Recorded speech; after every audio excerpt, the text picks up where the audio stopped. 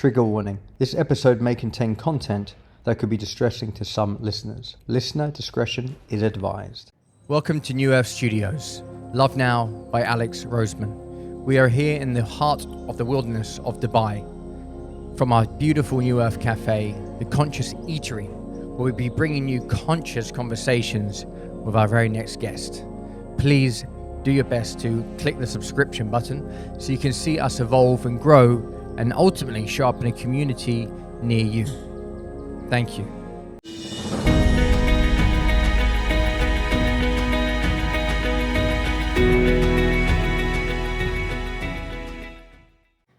Dani Afiouni, founder, CEO.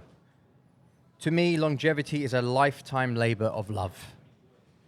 So when I'm reading here that you're an endurance athlete, Ironman triathlete, mountaineer, skydiver, you've done deep personal experience of the value and power of recovery, having conquered 20 summits, including 5 of the top 7, run 7 marathons on 7 continents in 10 days. The North Pole Marathon, and I saw that t-shirt a few days ago, the Everest Marathon, and the Amazon Jungle Ultra 250 kilometers. To me, it's a lot of words coming at me. What you must have gone through to get through that is incredible. Dani founding longevity sports as a lifetime project of passion. Blah, blah, blah. Wow, that's incredible, man. Welcome. I actually failed climbing summit number 6. So what it said here is that I've done 5 of the top summits in the world, but I failed climbing number 6. I fell short of standing on the summit, which felt amazing, actually. I see success, but you see failure in that last one. So obviously you're a man that maybe it's not enough and you just push yourself, hence why you've done so much. What is behind you? What's behind the Dani that's been able to drive yourself to do all that I just read out there? Well, since the beginning, it's been a perfect storm of a lot of bad things intersecting together that actually led to one good thing, right? Right. So that perfect storm starts with the intersection of not being able to have a story in the old days. I didn't have a story, and I didn't like that. What do you mean by that? I didn't have a story that to say.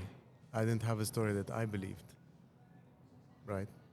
And despite the fact that I was successful in my job, I still wasn't happy, which was the second intersection. And the third intersection was the fact that I was really all the time prioritizing my net worth over my self-worth, right? If those 3 things intersect, then you really realize that you're unhappy and you set out to change it. And that's what I call the perfect storm of kind of growing up with an idea that you want to achieve, but you're not walking and talking that idea. You're not kind of a visual current manifestation of who you want to be, and or a reality of who you want to be, and then you act on these things. And back then, I wasn't happy with who I am. How long ago was that? 20 years ago. 20 years ago. Okay. Yeah. You weren't happy where you were. Where were you at that time for you to hit that realization? Yeah. So I was doing very well in my corporate job. I was climbing the corporate ladder really well. And what struck me is that success didn't give me any happiness. And that led me to seek a life event or to seek a passion. But the problem back then was not only being able to not tell your story or believe in a story, but also not being able to identify a passion. And that's really bad. That hits hard when you're growing up and there's something unfulfilled in your mind. And it was a lot of lack of clarity back then that actually led to all the steps I took to be able to achieve clarity and eventually achieve long-term happiness, or the start of the journey of long-term happiness. What I did back then was I kind of broke down the challenge into pieces. So first I said, all right, so I've grown up in a house that was full of inspiration, But I wanted to take the abstract side of inspiration and actually say, I don't want to replicate someone else's story, but I want to find that same term of inspiration and apply my own story on it. So kind of create my own story for something that I was passionate about. Now, all of these were abstract concepts in my mind, and I didn't know where to start. So I broke down the challenge. First thing I did was I said, okay, let me find something I'm passionate about. And that was extreme sports. It's funny because you say this, yet your demeanor is like the absolute opposite. You're very calm and very were you calm and tranquil like this before you got into extreme sports? I've always been like this. But what I realized and learned about myself is that you always have many sides to you, right? Even in my corporate life, when you actually go through a lot of the psychometric or psychoanalysis trainings that you go through, or when they actually analyze you as a division leader, they tell you a lot about yourself. And what we've learned through many of these tests is that you always have a side to you, whether it's your professional side or your personal side.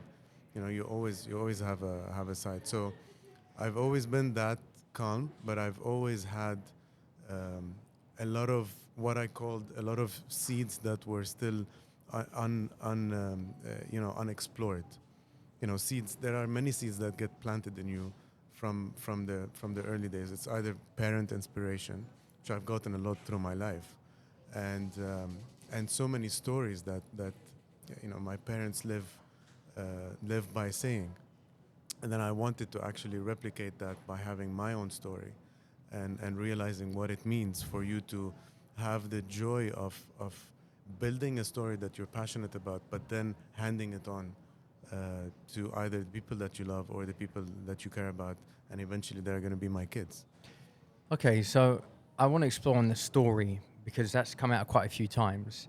There's something about the story because obviously in the corporate world you weren't living what seemed like a passionate life. You know, you weren't suffering for something as what passion really means, right? That you wanted to carve your identity, carve out who you actually are. In the corporate world, you're just a cog in the wheel, right?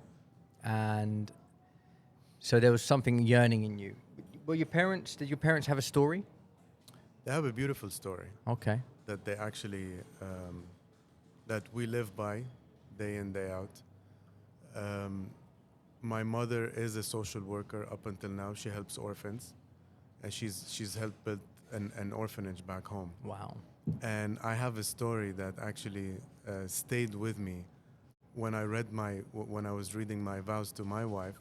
Actually, that was the story that really inspired me to say a lot of the vows that I was saying to my wife. So one of these the kind of the seeds that my parents planted in me were the stories that they told us that came from their life, and they stayed with us. What I wanted to do is to say, all right, I've taken the abstraction of all of this inspiration, and what is that story that I'm genuinely passionate about recreating? You know, because you can be inspired by a story, and you can recreate it, but is that story a genuine, passionate story that is your story, that you can only put your signature to? And that's kind of the idea that I wanted to take my time in developing, so that I can actually live by those words that I'm saying to myself eventually. If you don't mind defining how you define a story, because people can have stories about anything, you know, people are kept in stories that keep them limited in their life. What I noticed with you, and I'm finding it actually within myself, within this last week alone, I've gone on a journey within myself to understand aspects of myself that have needed love in certain aspects that I just didn't have. I didn't have a sense of safety growing up. And coming to that realization, that's probably why my erratic behavior, and I'm sort of a little crazy, you know, sometimes, in a sense like rock and roll and everything else. But coming to connect to this part of myself, finding the unsettler and settling, you suddenly, we've only just met a couple of days ago, and it's like you're the aspect of myself I now see showing up, because you're very calm, you're very still, and it's a part of myself that I'm looking to actually evolve within me. And this is what I guess a part of me would look like if I grew up with parents in a sort of safe environment, in the sense that I felt loved. Because obviously you grew up with that, but then without the risk-taking part, it led you to a place where you felt I needed to create my own story. I'm just finding it quite interesting to see this sort of mirror version of myself after the long week work I've done on myself. I feel like it's been about a year this past week when my family are in Cyprus. So it's quite a journey. So how about your father? You said your mother is in the orphanage and she does the orphanage. Was your father involved, did you say? My father is, he's retired now, but he was an Air Force pilot who served and got injured and lived in a very volatile time in our country. But the stories of what shaped him, and the stories of all the camaraderie, and the stories of it's just an insane bunch of stories that when you hear, you realize that around 30 years of someone's life, someone really did live in uncertainty, but they turned out to be who they are. So when you put yourself in their shoes, you get this insane epiphany of a kind of a little bit of a specimen of what they had to go through. And then you compare. And this is where you get slapped in the face about perspective. And you say, okay, if this was the human being that actually raised me and left such an impact on my life, but this is someone who suffered so much in their life but did not bring it back home, and this is who I am today because of these people, it's really big. And you only realize it after you've gone through a condensed version of that in your own life. And it kind of hits you, and it becomes an explosion of love that you give back to your family, right? I mean, I only realized the specimen of what my father went through all these years when I started doing mountaineering, right? When I started doing proper mountaineering on proper mountains that actually require you to put everything you have physically and mentally and a little bit of your soul. So when you go through that and you realize that what these people did for themselves, for country, and for family, it really gives you an insurance policy that you're always going to care out for yourself. You're always going to love yourself, and you're always going to love your family, and you're always going to make sure that you're going to strive for better environment versus what they lived at. So it's kind of a guiding force that you take from their own stories. But yeah, I mean, he's a retired Air Force pilot that's been through epic journeys. You were saying when you were comparing, because comparing can obviously, it can inspire and it can also destroy, right? So you were looking at your parents, you fell into some corporate world, and you felt to yourself, what is my life? What is my story? How do I step out of this? How did you make that move? Because I talk about when people come on to this show, moving from the old earth to the new earth, when you feel like you're living a life of quiet desperation, and there's a moment where you step up and it's time to take action. And it means stepping into who you truly are, your spirit, let it shine, let it step out into this world. How did you go through that transformation? I stumbled upon it, right? So one of the beautiful things about what I love about the human mind and the human body is that no matter how much you think you're resilient, your mind and your body are 10 times more resilient than you think they are, right? I stumbled upon all of this when I had an encounter with death through a skydiving accident.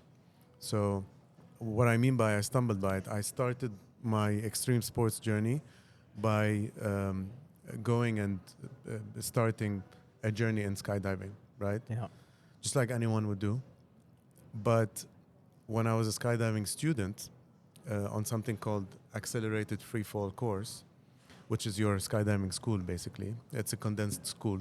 I had my first, what we call a cutaway, basically, which is defined by you're a student, you're flying, you're getting used to your parachute, and usually it's safe because it is safe. But then what I had during my accelerated free fall on, I think jump number 4 or jump number 6, which is my 4th ever skydive, was a faulty parachute. So Okay. we were training for a low altitude jump, which means that you have to jump at low altitude, and then we call it a hop and pop, which is basically you jumping at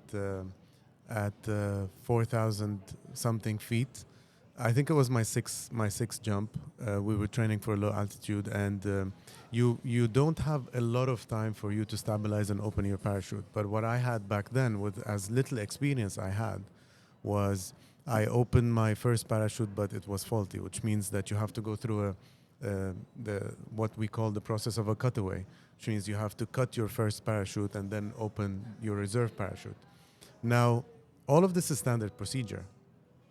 But for me, for someone who was just entering into extreme sports, it was quite tough, because you do get for 4 seconds this very intense feeling that you're going to die. Okay? Which is, in the skydiving world, very normal, because you've signed up for this. So Cost of business. it's Monday, right? It's like Monday anywhere else in the world. But the thing that it gave me is intense perspective.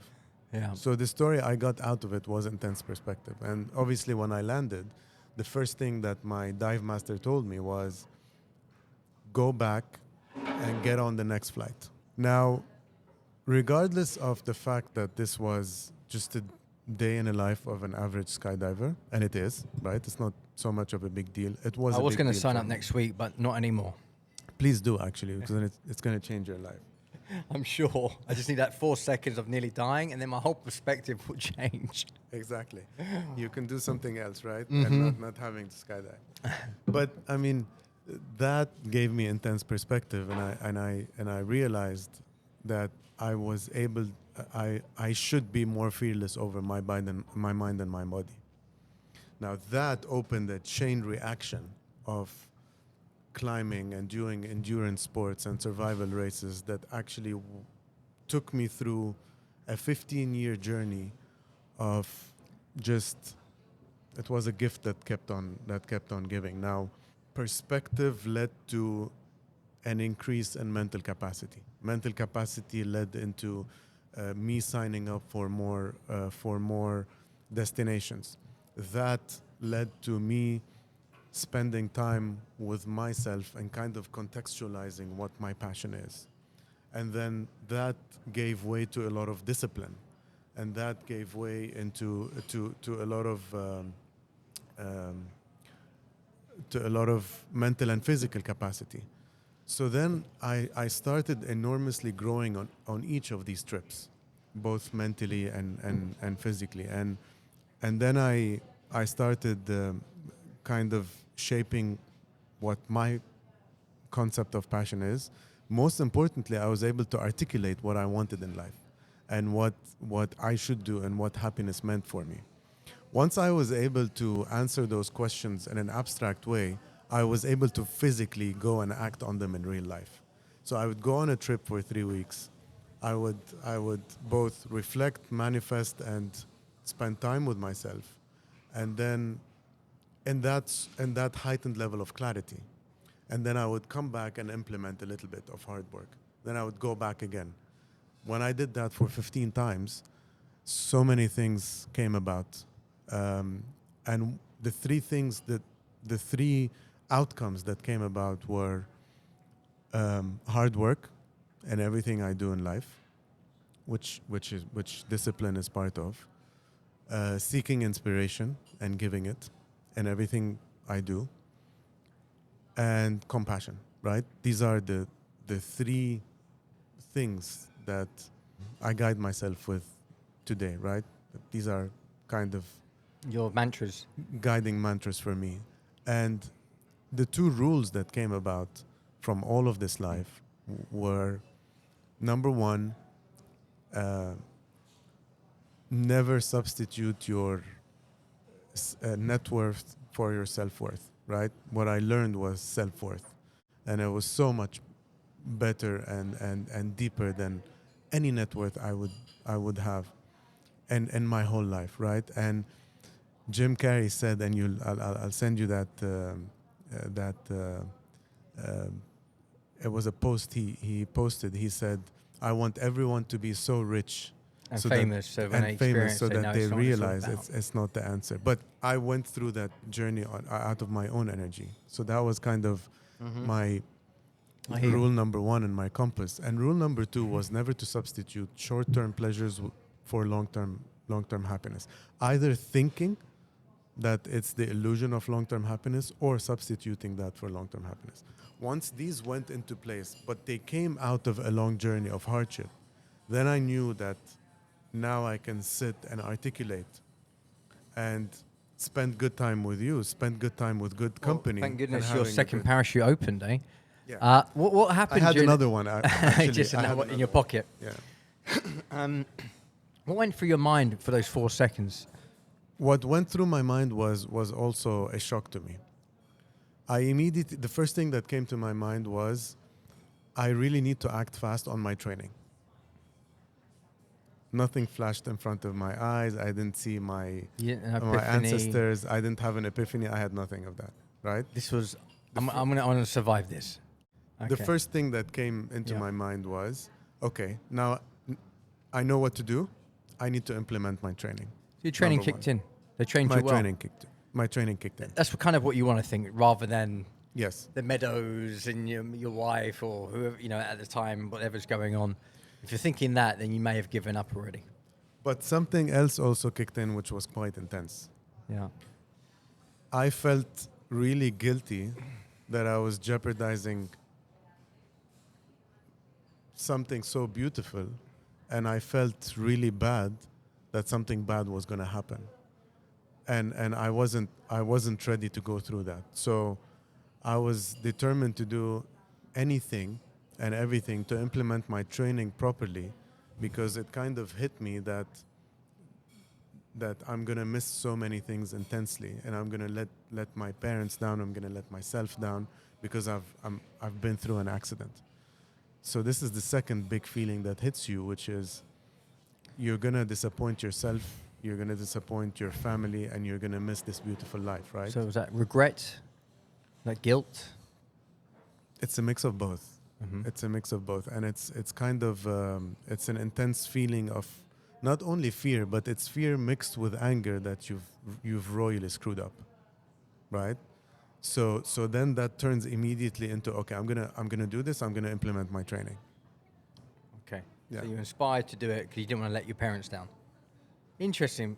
So your thoughts about surviving is, I don't want to have them feel bad. I better survive this one. And it's the feeling that you have so much to lose. So much to lose. To lose. What did you feel you had to lose, apart from your life? All the simple pleasures back then, right? So spending time with family, living, being happy, right? Even if it was an abstract feeling of I still have so much to do, right? I still have so many unfulfilled things that I want to do, and I feel like I've really screwed up by making this mistake. What's the difference to your life since before doing extreme sports, now doing extreme sport? What is the noticeable shift you've recognized in yourself or people recognized around you? So a couple of things. First, my mental capacity, my threshold for fear and endurance and stamina, as well as my mental clarity, right? As well as a lot of discipline that came about. Now, you can apply that to yourself, but when you actually apply that to everything, including the ideas and businesses that you launch, they do help, and it becomes kind of a gift that keeps on giving. And that's what those are kind of the abstract thoughts that you learn through many days of hardship and hard work. And one of the things that one of the ideas that came to me is that I'm able to kind of slow down my own time. And and there's one analogy that I always tell myself, which is the bag analogy, right? Just like a mountain bag can fit so much. And the more you learn how to optimize your bag, the bag is like your brain. There's so much that your brain can take. And the minute you realize that you really have to let go of the things that don't affect you for the short term or the long term, they immediately get replaced by things that will help you to flourish. And the mountain taught me that. My first bag on the mountain was full of things that I really didn't choose for the entirety of my trip. So my bag was 60% full of things that I never used on the mountain. On my fifth trip, that went down to 30. On my last trip in Alaska, that went down to 10%. And if you apply that to real life, then the bag analogy applies on your mind. Today, all of those abstract thoughts through hard work have taught me how to apply it on my mind, right? It really helps with anxieties and so many things. So today, I'm working on mastering the fact, according to me, not to anyone else, because I don't like to give anyone advice. I like to say my own story, and if people feel that they can strike some relevance, then so be it. But what I'm trying to do is I'm trying to seek betterment for myself. So what I've been able to do is apply that bag analogy on myself in life, and it really works to empty your mind out of the stuff that you really don't have impact on your life, and fill them with things that you can productively, do in life and every day, especially in my business right now. What is your business right now? I mean, I mentioned longevity being your sort of your passion project, obviously health related. And I was at your place a couple of days ago. Just stepped out of an ice bath yesterday, trying to drive home with shaking arms, teeth chattering all over the place. And then you have your chamber up there where you lock yourself in and obviously pump your body with oxygen to prepare yourself for these big climbs. So obviously what got you into this? How did you first fund it? Now you set it up, where are you looking to take it? Yeah. So this is one of the concepts and undertakings that came about that I'm really so grateful for my mountain journey. When I changed my attitude and when I started researching about proper recovery and spending time in good health, everything changed for me.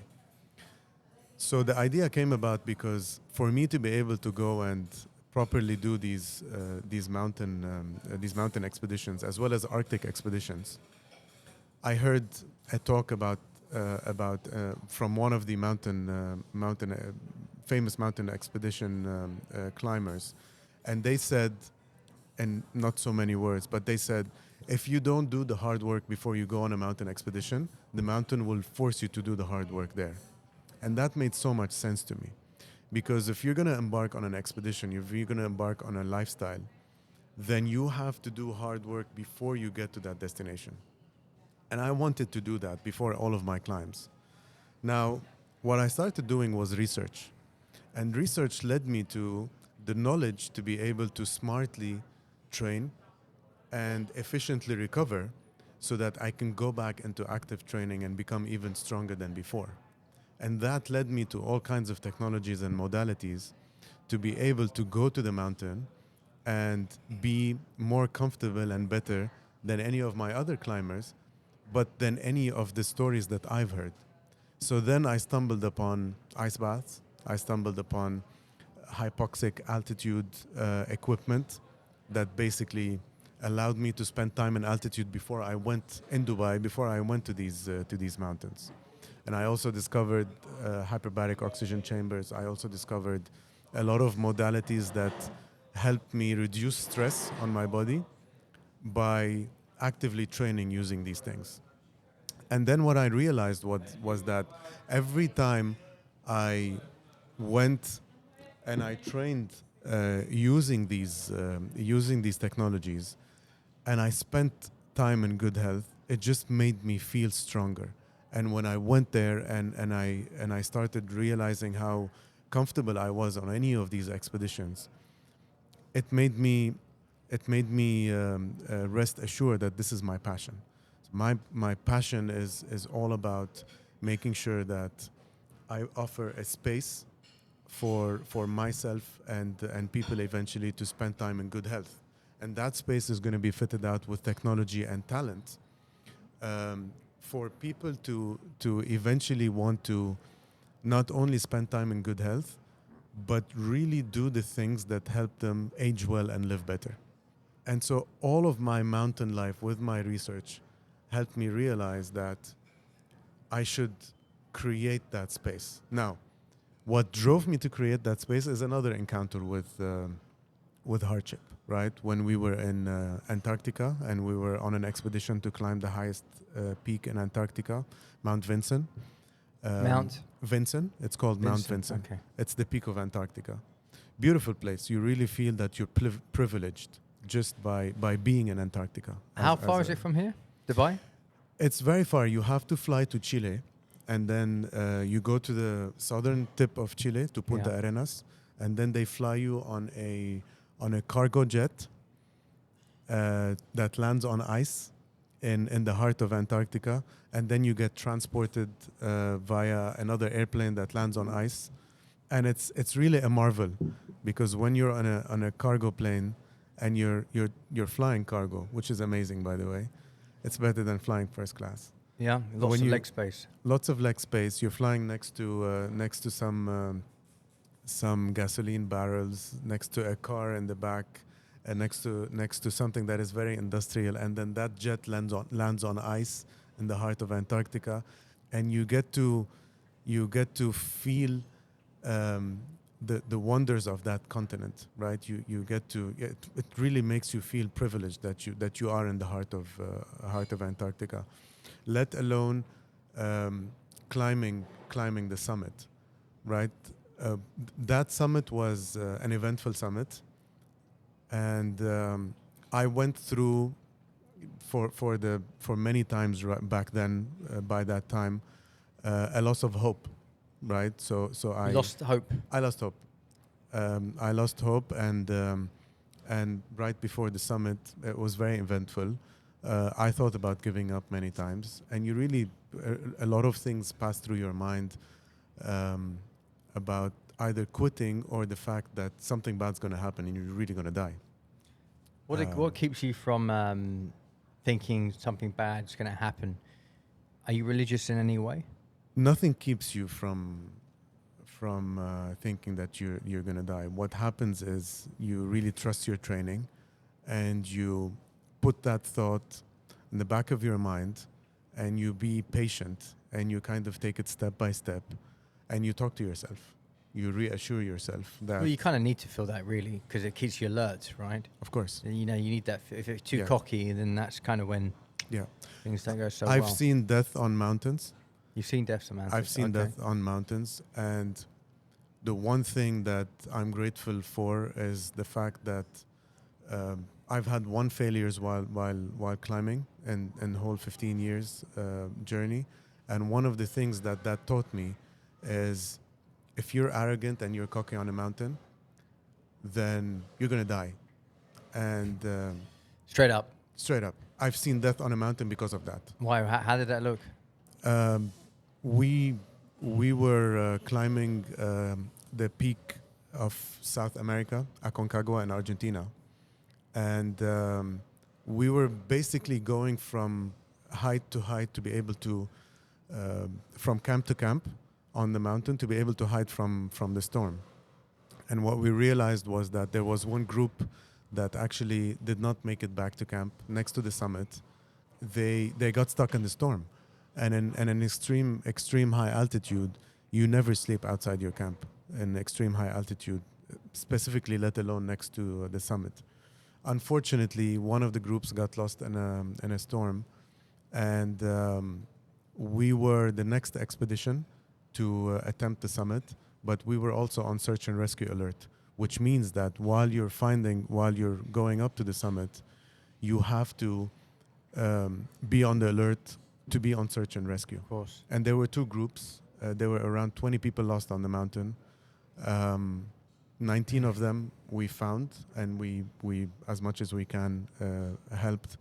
But the story of one guy that unfortunately, bless his soul, did not make it because he left his group and he was so close to the summit. He was about 1 hour away from the summit. The storm was coming in.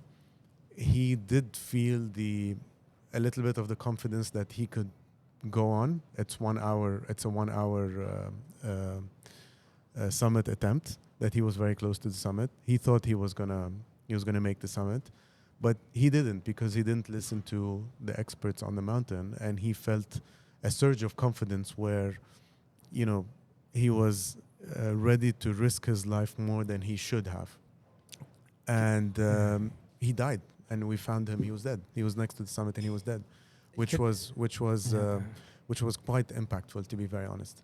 Could that be seen is it hypoxia? Something happens where the brain, is it confidence, or could he have been in a state of, delirium, and he, just out of his mind? Did you know that from everyone else that was a characteristic of this person? Or just being in the mountain, being in that situation, shifted something within him and he just did something that was out of character? Extreme hypoxic situations, you will be able to fish them out a little bit early on the mountain.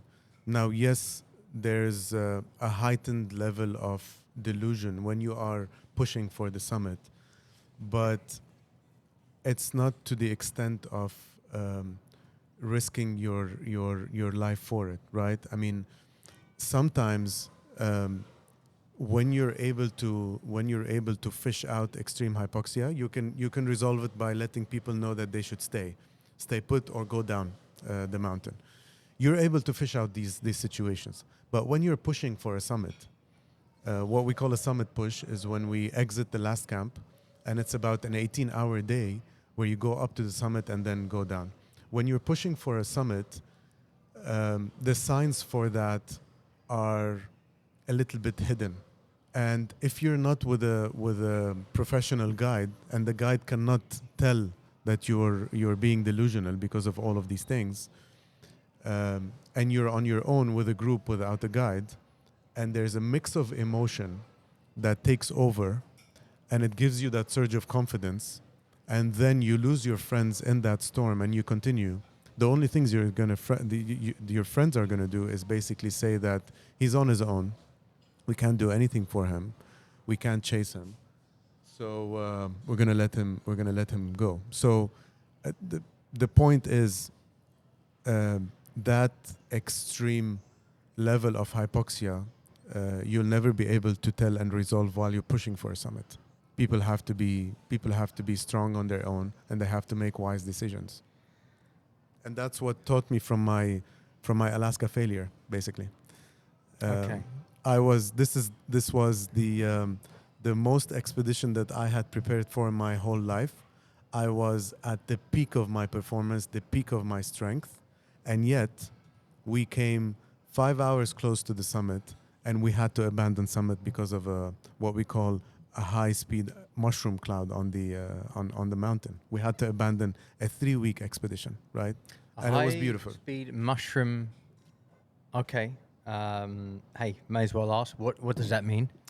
It's a cloud that looks like a hat that sits on top of a mountain, and when that comes, you know that the summit is very busy with a whirlwind of kind of a tornado or high-speed winds. So it's very high-speed wind on a summit where you do not want to attempt the summit if that happens, because it really poses a lot of risk to your life. And most of the mistakes that happen from high mountaineering happened because of human error, right? Or a miscalculation. And then after we abandoned Summit, so many things happened beyond that. We had an injury on the team. We waited for the medevac, the medical helicopter to arrive, which also was very eventful. And all kinds of things that could happen on a high altitude mountaineering expedition happened, and we had to abandon Summit. I lost 2 years of training, and I have to go back again because if you don't stand on the summit, you don't stand on the summit. You can't say, "Oh, I've attempted 95% of Alaska." Yeah. You have to go back. But it was such a joy and a pleasure to go through. Well, now that your family's expanding. It's the magic of create. It's the beauty of life. It's the magic of life happening, and it's been a surge of beauty. I bet, and another extreme sport in its own way about to take place.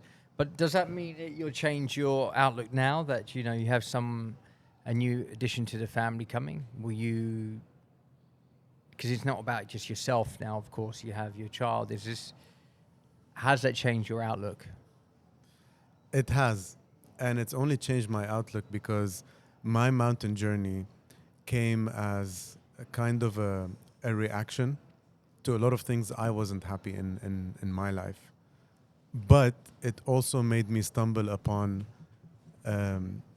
not only the world's and nature's wonders, but how that reflects inwardly. And I can tell you about so many accidents that have happened that I've witnessed that are actually so surreal to talk about. But yes, it has changed a lot. I started doing extreme mountaineering because I realized the benefit it gave me. And then because I am who I am today because of that journey, I'm always going to go to the mountains. I'm always going to do something crazy survival-wise. But I'm not going to do something that remotely risks the beauty of having a family and raising a family and living with them. When do you know if you got to the point where you've reached your story?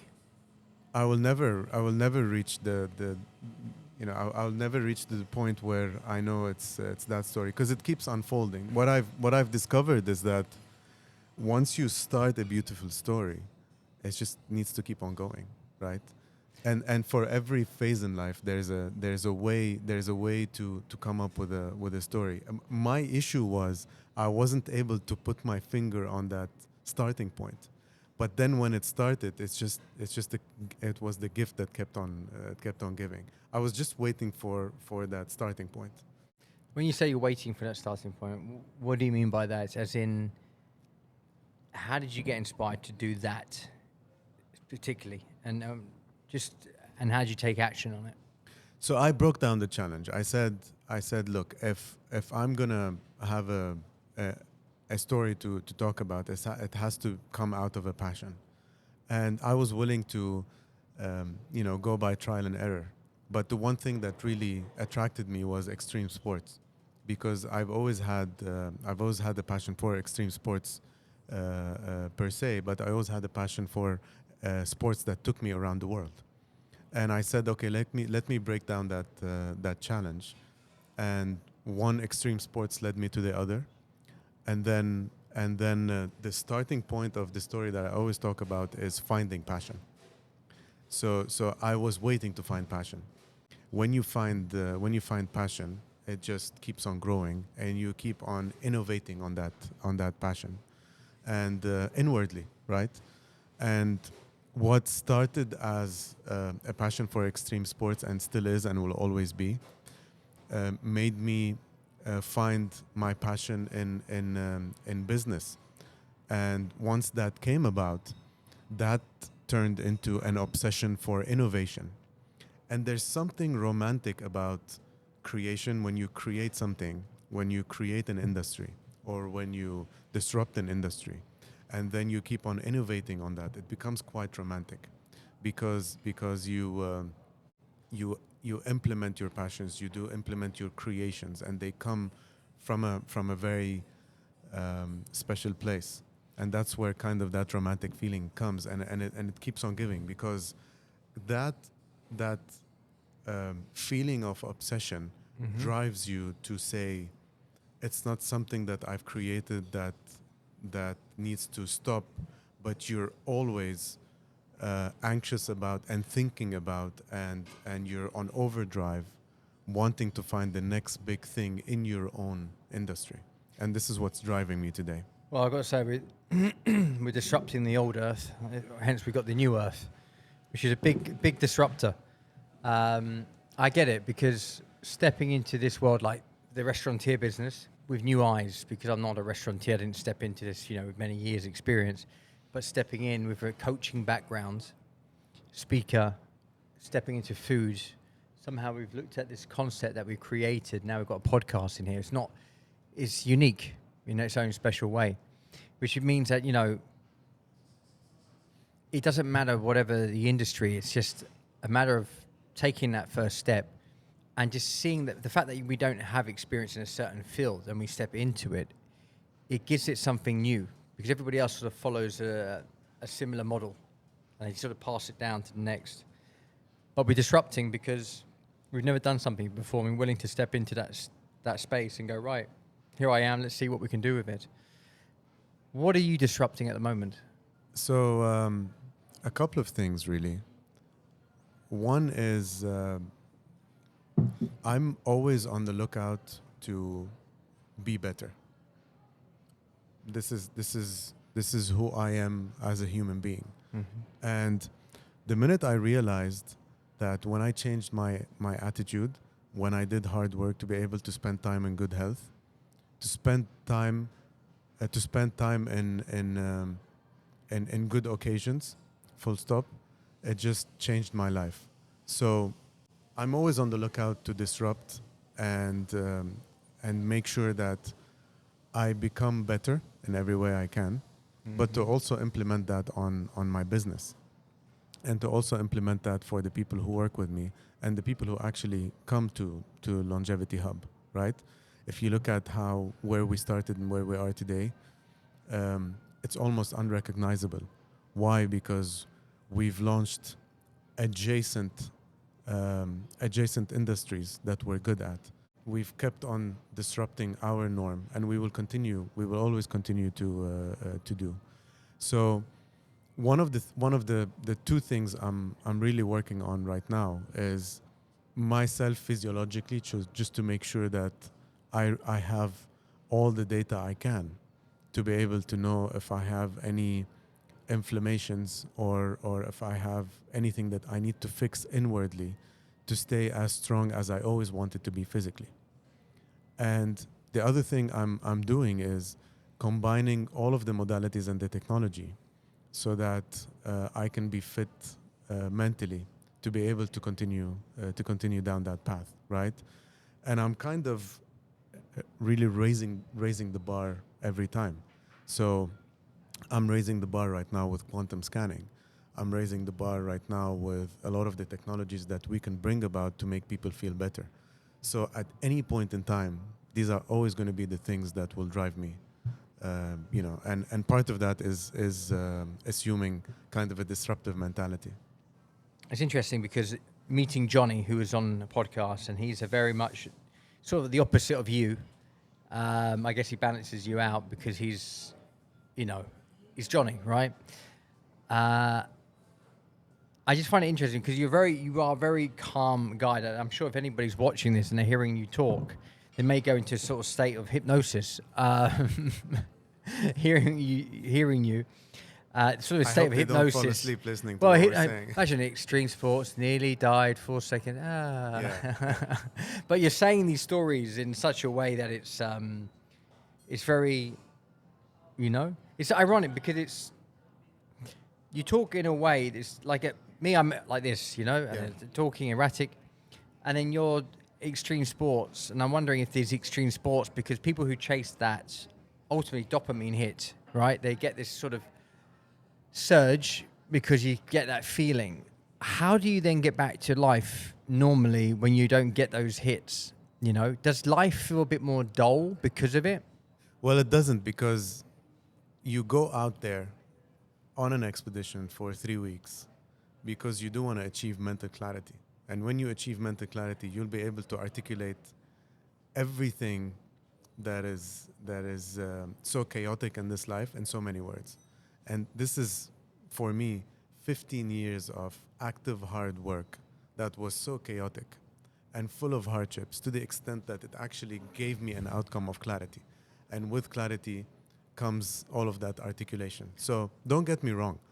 I mean, on a weekend in the morning, I'm without these very domesticated glasses, and I have mud on my face because we're training on a very intense boot camp. When we're on an expedition,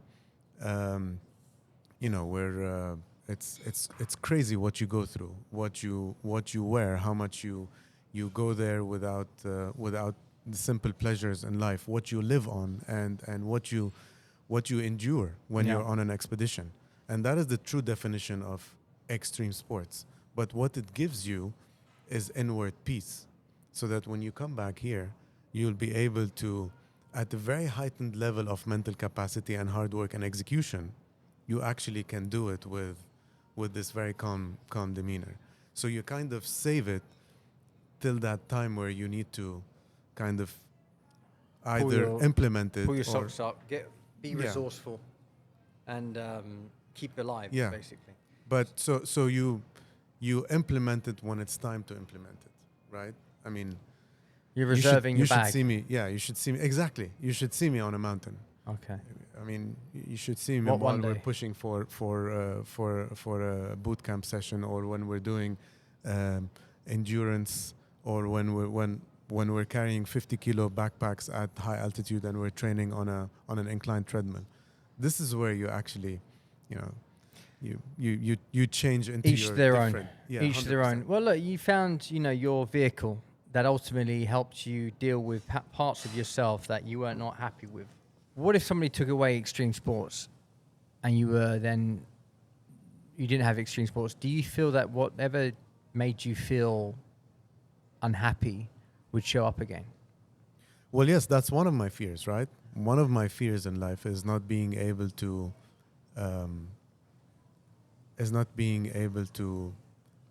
either perform, or not being able to express love, passion, to my family, to all the people that to everyone that I enjoy, or everyone that I have good company with. So yes, I'm afraid of that. I'm afraid that extreme sports is going to get taken away. But then you can always show it not through extreme sports.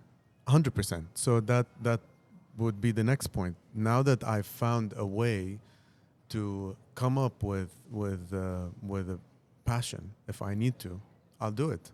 But now that I found a way to go about life, you kind of protect that, and you work on expanding it. But if that were to change in an abstract way, I'm mentally and physically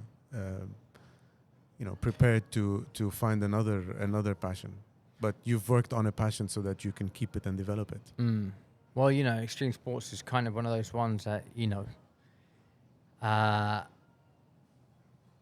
something might happen, and you may not be able to carry it on, of course. But what was that you were looking to get away from ultimately? The unhappiness. What was that exactly? Two things, really. Being able to believe in my own story. The story, yeah. The story goes back to the story, right? Yeah. And being able to believe that story is going to be something that I truly and genuinely believe is going to inspire my kids. Why does that matter so much to you? It does, because legacy is such an important concept. At my age, it's important to start thinking about legacy, and it's important to start thinking about the fact that you're going to bring a family to this world. You really want to make sure that they are good actors. Good actors. Actors. Right. You want them to act. No, not actors, as in the profession of acting, but in the world today, Why you not? have bad actors and good actors. Okay. They can be whatever they No, choose and to of be. course, I'm Yeah, just playing. 100%. But when you But say I'm actors, saying it's I an want them to interesting act in a terminology. good way. I want them to act in a good way, because today the world needs a lot of good actors. The world needs a lot of people who act in good behavior. If they're gonna be born and they're gonna live on this earth, then I, might as well live a righteous life, and I that's think what I I know what want you to. mean. Yeah, Okay, so there's something about righteous, because good, you know, good men do bad things and bad men do good things. that's what I meant by bad actors. You know, like yeah, what's good and what is bad. Yeah. You know, in the morality and really what, you know, who says, who decides. And that's just a whole different story. But looking at the story, because it's interesting because, you know, this is your outlook and it's important for you to have a story to pass on. Is it because that your parents had such a story that it did what for you? Did it inspire you? What did it do for you, your parents' story? So it made me realize that when you spread good energy and you see the impact of it on other people, it resonates and it makes you feel good, and that's a way to live. So I'll give you two very brief stories. Growing up as a kid, I was a little bit spoiled, which was good and bad, I guess. But my mom wanted to show me perspective at one point in time, because I was, I guess, way too spoiled. And then she took me for the first time to the orphanage that she was helping to build and operate with a group of other active women. And then it really showed me that a kid my age, what they need in life to be able to be happy, that kind of expression of happiness. And for them, it was a fraction of what made me happy. And she showed me perspective that someone who is exactly like you, same age, a kid that is your same age, they can be very happy and content from just a small bar of chocolate and safety and basic safety. And that concept of happiness is your same concept of happiness, because happiness in an abstract way is one, right? But the way you kind of reach it is different, because it's different to different kinds of people. So back then she showed me perspective. And then every day on the dinner table with my dad, it was always about who have you helped today? What have you done to be able to, create a good impact in life? And those are the two C's that really resonated with me, combined with so many examples of how people react to when they are in the presence of my parents, or when they are in presence with good people. And you combine all of that goodness, and it feels like very good energy. That's kind of what you wanna aim at, right? Because why are we here otherwise? And that's a big part of why I want to make sure that my kids are inspired, because I do want them to leave an impact here, right? And I do want them to think about legacy at one point in time the same way my parents instilled in me, and the same way I'm thinking about it right now. So it's a very long-term journey, but if you're going to be here, might as well do good. Absolutely. If you can be your best version of yourself and show up and inspire others, absolutely. And not settle for that. Yeah, Yeah. 100%. Look, it seems like the upbringing you had, it's great that your parents obviously gave you a bit of perspective, and doing such great work. They're doing it, is it in Lebanon? Yeah, and I wish you come to our house, right? In Lebanon. Yes. Yeah. There's a lot of also intersection of good food and good stories. You spend time in good everything, right? And we go back to spend the time, and I look forward to that, because it's so beautiful. My mom cooks the best authentic food, and my dad will tell you the best stories, right? And it just makes you feel good, and that's kind of what they've given me. But growing up and seeing how fearless in life they were, and who they are today in terms of the experience they're giving us, and the impact they have on us in every phase of life. So that's important as well, right? What is the impact you're having towards someone you love in every phase of life? Not just doing something at some phase of life and then leaving it. In every phase of life, it's been that strong, yet they've been a force in every phase of life. Where's the orphanage that they're holding? It's in the north of Lebanon, Okay. in a city called Tripoli, in a city that is very, very poor, and you know, people don't get a lot of help. But when you go there and when you see what a few women were able to do just by raising awareness and really create amazing circumstances for these kids, you get a surge of a heartwarm, right? Of a warm heart, and you realize that when you do that, and there's a lot of humility that comes with it. But then when these kids, they go out in life and then they come back to pay you back with a lot of goodness, then you realize that it's being done for the right reasons. Beautiful. Do you feel like you've handled the parts of yourself that were having challenges?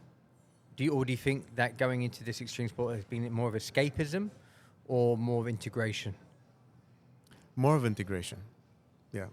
And if I would also describe it, sometimes it's active escapism, right? Because I'm escaping from things so that I can be with myself, to be able to contextualize and to be able to reflect, so that when I come back, I can be efficient in acting and doing hard work. So it's been a bit of both, but mostly. How long does it take you away for, though, these expeditions? 3 weeks. 3 weeks? Yeah. It's quite a long time. It's quite a long time, and now I've kind of memorized the phases. So the first 2 days, you still have thoughts from your existing life.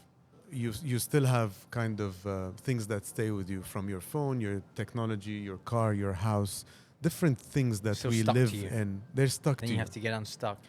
Yeah, but you realize that you get forced into that state of beautiful solitude after maybe 3 or 4 days on the mountain, because you have nothing else but to spend time with yourself. And when you spend time with yourself, you actually start to go into this phase of active reflection, but heightened reflection.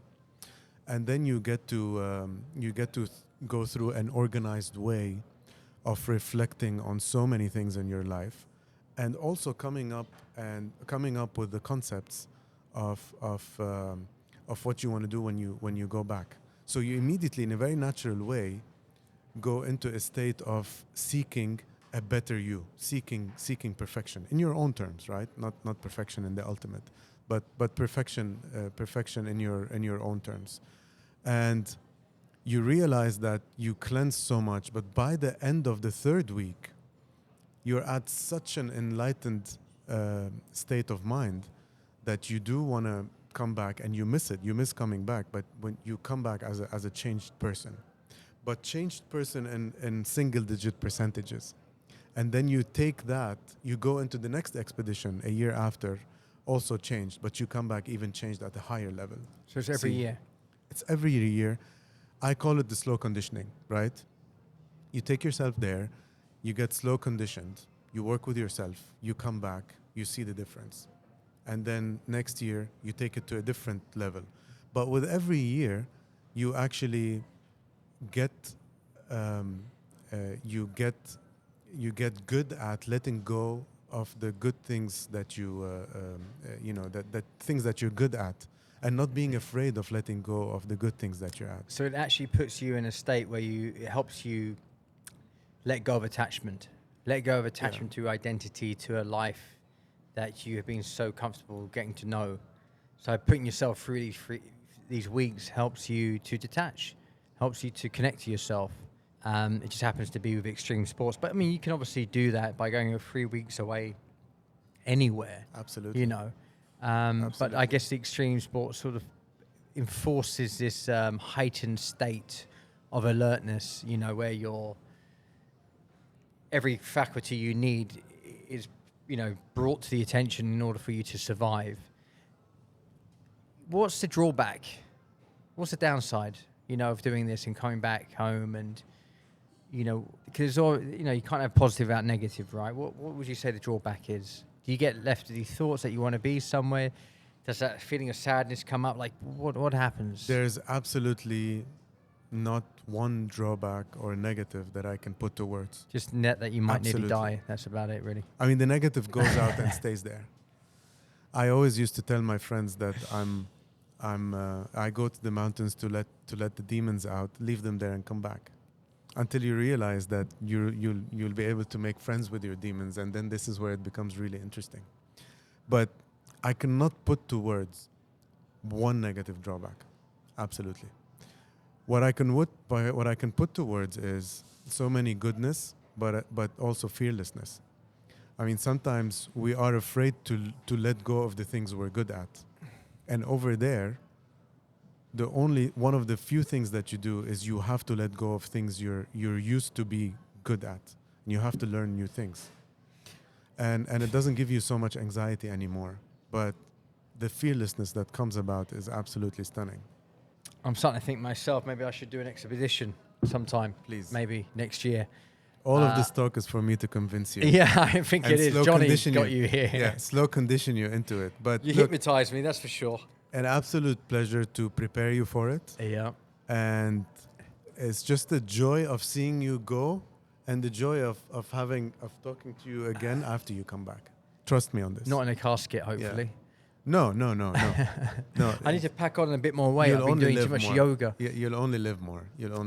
Okay. But I promise you, it's That sounds it's an interesting. epiphany. So if I was to get It's into a million epiphanies colliding into each other. like the Hadron Collider in Switzerland. Something like that. So if I was to start and go, all right, let's do it. What would be the next step? The next step is to see what your training is and what your food is, and then putting you on... New Earth Cafe. Check out the menu. Exactly. Only the best. That should get me to the top of any mountain. I mean, honestly, everyone should come here. She's having a turmeric latte. It Cheers, looks cheers, delicious. Cheers. I try to make sure my guests don't have it on the podcast. Their tongue turns yellow, but it's fine when you're out the podcast. Chamomile is good. Chamomile is fantastic. You got a beautiful manly cup there. So, all right. So, yes, you check out the training. Check out first, we have to see what your basic training is. Yeah. And then we have to put you on specialized training, which means that we'll put you on a hypoxic training, which means that we train you in high altitude. And then we have you sleep in high altitude. Oy vey, how do you do that in that room of yours? Yes. So I have to lie there with a sleeping bag and... Yeah. The reason why we do that is because we want your body to be rich in red blood cells that basically carry oxygen in the blood. But we also want your endurance and your stamina to get better. The other thing we wanna change is your mental capacity to get that shock and accept it, right? So we put you in altitude to be able for you to get a specimen of what you're gonna get up there. The next thing we do is we take you out in nature. I just want to say, in that room, is it hard to breathe? It's not hard to breathe. No. Because the amount of volume of air is the same. Okay. Like right now. Yeah. But the percentage of oxygen is lower.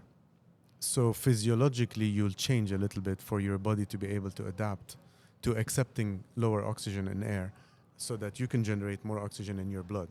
And that's what basically allows you to survive better in altitude. Would the AOI machine help as well? Yes, definitely mentally, because today when you actually go into that active calmness that AOI gives you, and then once you're able to have a much better recovered muscle composition, which AOI does give you, and red light does give you, and full spectrum light gives you, then physically you'll go even more prepared. But altitude is the way to go when we train you on how to accept hypoxic or low pressure environments. Yeah. Would you suggest then putting on more weight, training, weights, gym, anything like that, muscle conditioning? Or just Muscle conditioning is very important. We need you to get comfortable with carrying an expedition bag. Yeah. I mean, when I was training for Alaska, I was training with a 50-kilo bag every day, training to be comfortable with it. Because while you're up there, you have a 40-kilo bag and you're dragging a sled that's another almost 20 kilos. I can't even fathom suddenly being on a mountainside where I'm bringing up a sledge and But look, all the goodness that you take from your just looking at everything you experience over there is not only priceless, but it's gonna change you one way or the other, and then you're gonna appreciate it. It's a gift. It's a gift. Okay, that is hectic. Commit to one. What do you have to lose? My life, No, time. You'll add life. I think it's it's a really. I mean, I would love to say just yes, but then what that actually means, because the issue is, like I talked about before, my ears, right? Yeah. So I need to see a doctor and go, right, is it psychosomatic, or can I actually handle something like this? And if they think, you know what, you'd be all right, then I just need to get over a fear of discomfort and pain. Look, what I love about the advancement and in technology right now is that it enables us to simulate altitude, so that we're able to tell you what's going to happen right before you go there. So that's very important, and we can tell you a lot of things. We can scan you, tell you a lot of things about yourself. We can put you on a high altitude program, and then we can recover you in high oxygen. We can do a lot of modalities like red light and full spectrum and ice bath, right? Because you have to take in the cold. That's what I used to do to be able to accept all of that in the Arctic regions. But longevity is not there to allow you to go to the mountains. Longevity is there to prepare you for being in good health, right? But we give you the science, the information, and the means and the ways for you to be able to be better. So that's why I love technology today, because it enables us to tell you before you go. It's true. It doesn't. It sets you up. That never existed for people. It's true. It never existed for people before us when they were attempting all of these. Well, I make a commitment in looking into it, as in, you know what I mean? Like, I mean, this is not something I was thinking about. Hey, bring you on. I just met you a couple of days ago. Come on the mountain. Let's go. Yeah. But I like how you're just like, you'll love it. Get on board. You know what? I used to put myself through these different challenges because I used to do things like martial arts or, the marathons and things like this. Half marathon, to be fair. I only half finished it. It was a half marathon. I would have finished a marathon if it was a marathon, but it's the knees, But really, it sounds quite insane, but I can imagine just the beauty of being up there and training, and then, just endurance, just putting yourself through it. Look, it's quite something. I back in 2015, I committed myself to one thing that sounded scary, and that delivered so much goodness to me, and it got me to be addicted to that life. In 2015, I wasn't a long distance runner. I wasn't a marathoner, but I committed to a crazy race that was called the 777 Challenge, which was running 7 full marathons in 7 days on 7 continents, which meant that you had to run a marathon per day and travel to the next destination and do it for 7 days. So you go around the world in 7 days and you run a marathon every day. It sounds exhausting. It sounds scary, right? And I was terrified when I signed up for it. In 2015, in 2014 actually, but we did it, and that led to the next thing, which led to the next thing, which led to so much, right? So the point is, on any spectrum, right? Commit to one thing that sounds insane. Go do it. Come back. Committing to opening this cafe, I can tell you, was quite insane. Look at you now. And now I'm going to be doing an event. I haven't put it out publicly yet, but I'm going to do start putting out events here where I'm going to be doing the talking, because I used to be a speaker and I put it on hold for a few years. So it's a bit scary to come back out there again. But you know what? It's time to do something. And if that means also committing to a mountain climb, then so be it. Let's see what happens. Good stuff. If your life was a movie, what kind of movie would it be? That's a tough one because, I mean, there's not one genre of movies that I like. It's just a movie that either is a story that actually happened and it's being reenacted. It would just be a movie that describes how I felt about things and the impact it had inwardly. If I can bring that out in a series, in an audiovisual way, and it can really represent how I really felt about it, so that I can show my kids, then I'd be happy. I'd be pleased. Okay, we'll see what we can do with this podcast then. Dani, it's been an absolute pleasure to have you on, man. My pleasure. Is there any final things that you would like to share? Just thank you, and if you do commit to that, I think Johnny stitched me up here. This is what he brought you on here, didn't he? Yeah, I'm not letting go. No, but what I feel. Thank you. I mean, every time we sit and talk, it's been an absolute pleasure. Yeah. So. Well, how can people find you? You know, when they want to get involved in longevity. So if on Instagram, if you Instagram longevity.wellness.hub, or if you go on Google Maps and you put Longevity Hub, you'll find us. Very soon, we're going to be in multiple locations, but just follow us and look at the different technologies that we mobilize. Like I said, we are a space that combines technology and talent for people to spend time in good health. And what we believe in is really that the destination is always you, right? We want you to live, to age well and live better, and we have the technologies for that. And we have a program where we can scan you, tell you a lot about yourself, including food, and put you on a supplements plan as well as put you on a food plan, and put you on a plan for you to be able to achieve wellness. Come by, check us out, okay. and we'll talk. Maybe I'll document it as part of the New Earth journey. Yeah. Why not? Would love to test it on you, actually.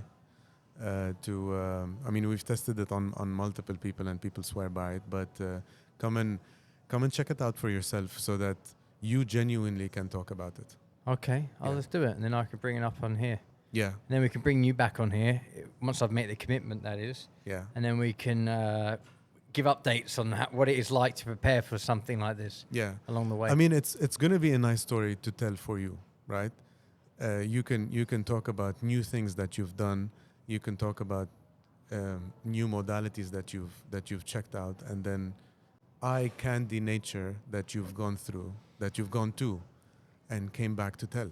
Right? There's nothing like a good story. This guy is dangerous, okay? To sit next to him and, you know, you go into this sort of hypnosis place, you're like, oh, this is a calm, and suddenly next minute you might be climbing a blue mountain. It's like the most opposite thing you could ever think of. From crazy broken ice shelf in the Arctic that put us in danger to witnessing so much of crazy nature unfold, you'll come back to tell. And you have nothing to lose. You have so much to gain. Nothing to lose, he says. Maybe a few fingers and toes, but no, nothing like never, that. Okay, never. Well, never. You know, why not? Yeah, this sounds. Wow, never. This is a first time for everything, right? Okay, it sounds amazing. Exciting. All right, well, thankfully I'm flying tomorrow away for a couple of weeks, so you can't get me yet. But I'll be. Oh no.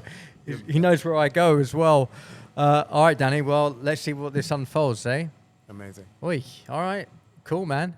Thank you, everybody, for checking this out. You know where to find Dani. And if you think I should commit to something like this, put your comments in there. We'd love to hear what you think. And if you think it's a good idea or not. I'm sure you do. Maybe you want to see me freak out there. They know it's a good idea. I'm sure. Yeah. Thanks, brother. Ciao. We vibe when you subscribe.